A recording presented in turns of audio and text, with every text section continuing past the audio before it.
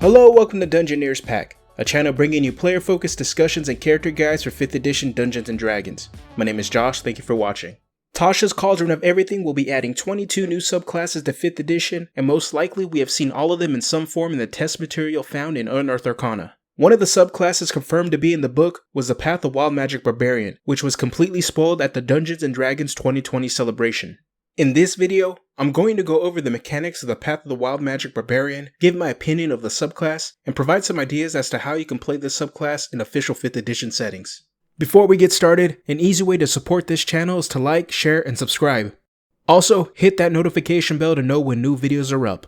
You can also support us directly at our Patreon by becoming a Dungeoneer. When you become a Dungeoneer, you get access to an exclusive role in a private chat in Discord, access to all the character build scripts, and you will be able to listen to an audio-only version of each week's video before it goes up. You can find a link to the Patreon in the description below. With that said, let's get started. As soon as we pick this subclass up at level 3, we gain 2 features. The first feature is Magic Awareness. As an action, we will be able to know the location of any spell or magic item that is within 60 feet of us, and if we sense a spell, we will know what magic school it belongs to. We are able to use this feature a number of times equal to our proficiency bonus, and it recharges on a long rest. Magic Awareness pretty much makes us a walking magical radar. This feature reminds me a lot of the Locate Object spell. We will be able to know the school of any nearby spell being casted, or any school of a spell that's enchanted on an item. This could lead to some fun and different roleplay opportunities for a class that usually isn't associated with magic. What it doesn't do is tell you exactly what the item or spell is, like the Identify spell, so keep that in mind. The next 3rd level feature is the main mechanic for the subclass that takes some cues from the Wild Magic Sorcerer, and that is the ability Wild Surge. Whenever we enter a rage, we roll a d8 on the Wild Magic table to know the magical effect we produce. If the effect requires a saving throw, the DC is equal to our proficiency bonus plus our constitution modifier. Here's a rundown of all the effects on the table. Number 1, each creature of our choice we can see within 30 feet of us must succeed on a constitution saving throw or take 1d12 necrotic damage. We also gain temporary hit points equal to 1d12 plus our barbarian level. Number 2, we can teleport up to 30 feet to an unoccupied space we can see. Until our rage ends, we can use our bonus action on each of our turns to teleport again. Number 3, a spirit that looks like a flump or a pixie appears within 5 feet of one creature of our choice that we can see within 30 feet of us. At the end of the turn, the spirit explodes and each creature within 5 feet of it must pass a dexterity saving throw or take 1d6 force damage. Until our rage ends, as a bonus action, we can summon another spirit. Number 4, another creature of our choice that we can see within 30 feet of us must succeed on a constitution saving throw or take 1d6 radiant damage and be blinded until the start of our next turn. Until our rage ends, as a bonus action, we can use this effect again. Number 5, when a creature hits us with an attack roll before our rage ends, that creature takes 1d6 force damage. Number 6, until our rage ends, we and allies within 10 feet of us gain a +1 bonus to our armor class.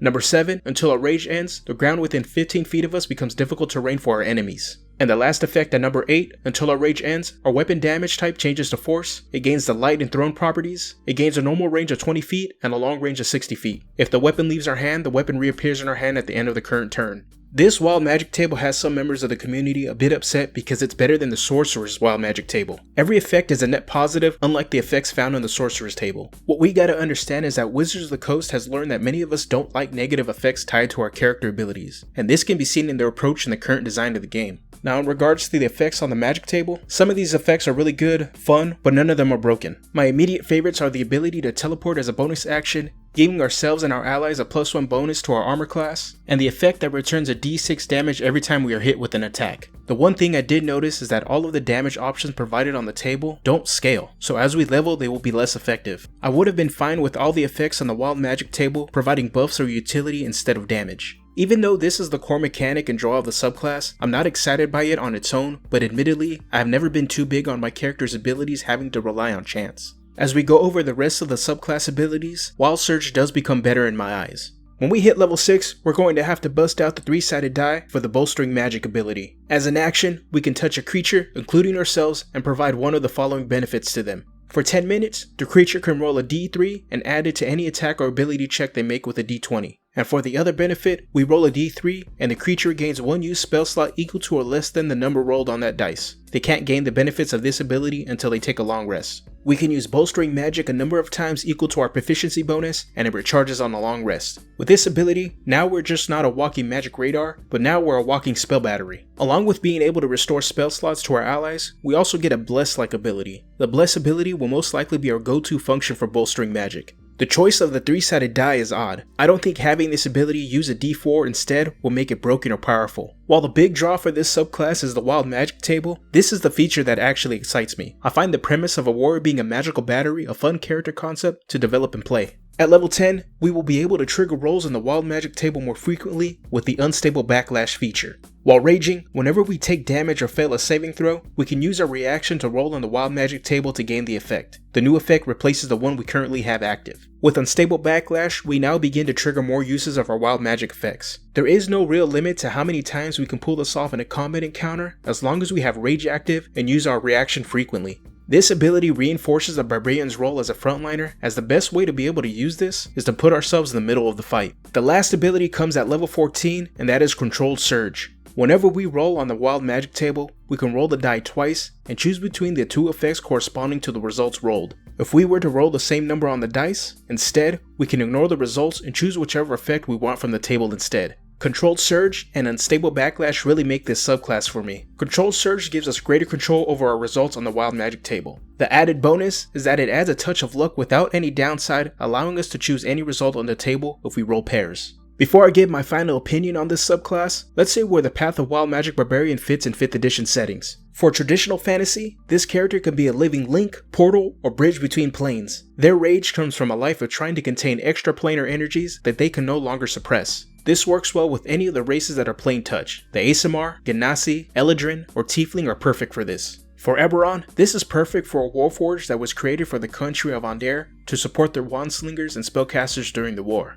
For Ravnica, this character could be a failed or successful experiment for the Izzet League, depending on who you ask. Now infused with the raw mana of the plane of Ravnica, your goal is to find a cure for this curse or use this gift to further the goals of the Izzet League. And for Theros, this idea could be applied to any of the races except for Leonin. This character is a Nyxborn champion of one of the gods, whose goal is to further their chosen god's goals and be a shining beacon for all those that worship them. Overall, this is a fun subclass, but not a subclass that really excites me. It is nowhere near the power level of the Bear Totem Barbarian, but that's not a bad thing or mean it's weak at all. Normally, I stay away from mechanics that don't allow me to have some control over my abilities, but I'm okay with this subclass for the following reasons. The effects on the table are all beneficial to us and the party, and as we progress in the subclass, we gain more opportunities to trigger the table and have greater control over the results. One sticking point for many is the choice of using a D3 for the Bolstering magic ability. It is pretty odd, and as stated previously, it wouldn't change in power level if they just use a D4 instead. Most people will not have a 3-sided die on hand, so the quick and easiest solution is to use a D4 and reroll on the result of a 4. Another issue is that this subclass has direct control over magical surges, while the wild magic sorcerer does not. Conceptually, they are similar, but being that the sorcerer should have control over magic energies, it would make more sense that they would have greater manipulation of it. Hopefully, Wizards provides alternate features for the wild magic sorcerer down the road to address issues the community has with that subclass.